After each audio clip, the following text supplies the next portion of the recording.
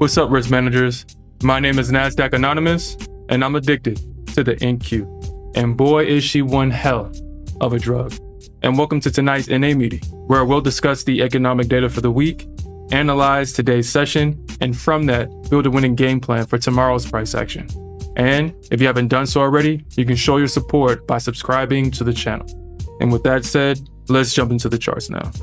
This is tomorrow's data. And be mindful that all times are in Central Time. And we have a small block of news scheduled for tomorrow, so let's jump into it. At 3 o'clock, we have Fed Kashkari speaking. At 9 o'clock, we have the Richmond Fed Manufacturing Index for the month of May. And finally, at 1 o'clock, we have FOMC minutes being released. And now that we know what to expect, let's jump into the charts and create a game plan for tomorrow's price action. This is the block of price action that we traded during today's stream. And today was definitely a trend day. And as I analyze the charts, I see about 3 clues that's going to be essential for helping us find the best trades going into tomorrow's stream. So let's jump into it.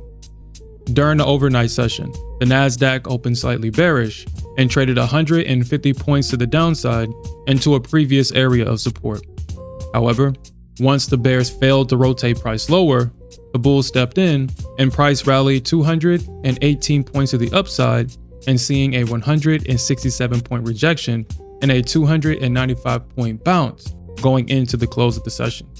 And based on this price action, this is what I'm going to be looking for. So, for my bullish thesis, if the bulls can maintain their control overnight, then I'll be watching the reaction when price trades back within a range between 680 and 690. Because this is the range where the bears broke structure to the downside going into the close of a previous session. And I do expect for passive sell orders to be resting around this area to sell the retest.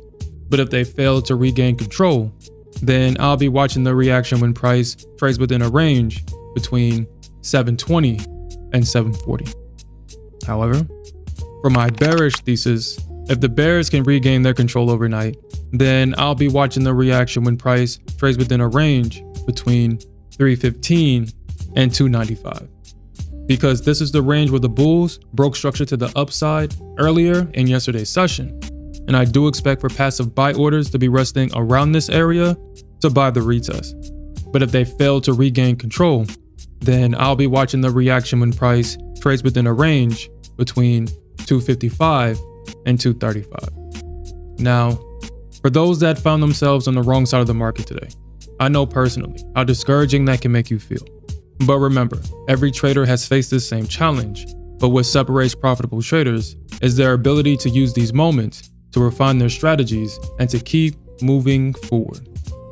But I'll be monitoring both markets overnight to identify the best trades as we go into tomorrow's stream.